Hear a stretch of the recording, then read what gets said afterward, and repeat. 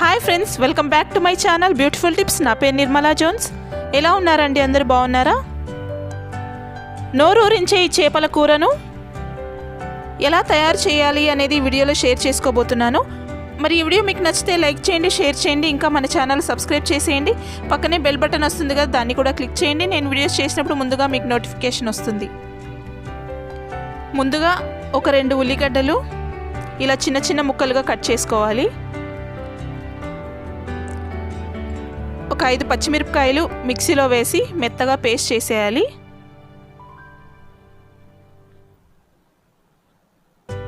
ముందుగా ప్యాన్లో ఒక 4-5 స్పూన్ల ఆయిల్ వేసి వేడయ్యాక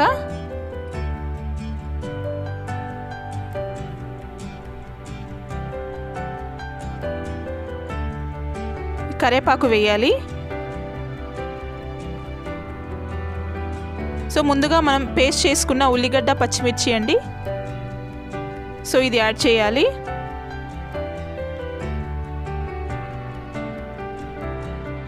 పచ్చి వాసన పోయేంత వరకు బాగా వేయించుకోవాలి.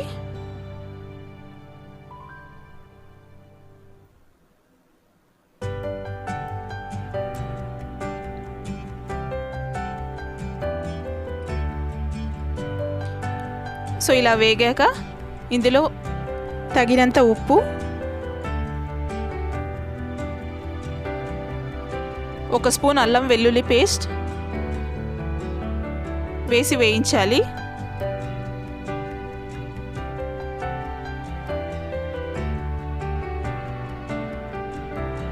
సో కొద్దిగా పసుపు వేయాలి.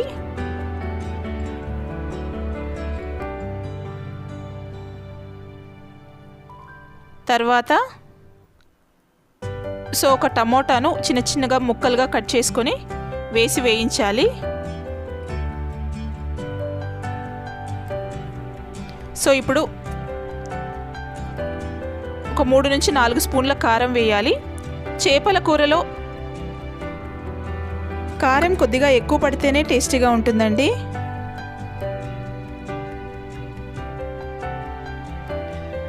ఒక స్పూన్ ధనియాల పొడి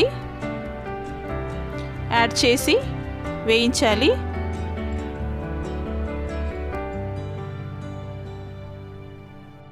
సో ఇందులో ముందుగా మనం నానబెట్టి ఉంచుకున్న 1 కప్పు చింతపండు గుజ్జును యాడ్ చేయాలి.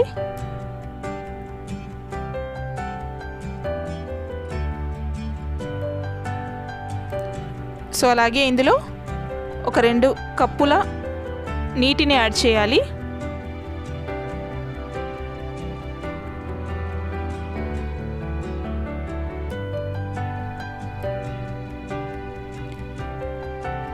సో ఇది బాగా మగ్గాలండి. సో ఇలా బాగా మగ్గిన తర్వాత ఆయిల్ పైన తేలుతుంది కదా, అప్పుడు మనం ముందుగా క్లీన్ చేసి ఉంచుకున్న చేప ముక్కలను ఇందులో వేయాలి.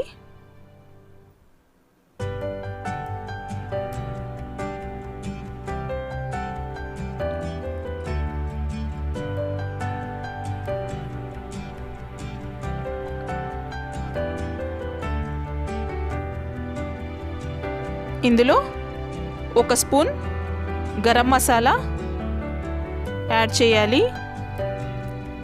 అలాగే 1 స్పూన్ ఫిష్ మసాలా ఉంటుంది కదండి, రెడీమేడ్, సో అది యాడ్ చేయాలి.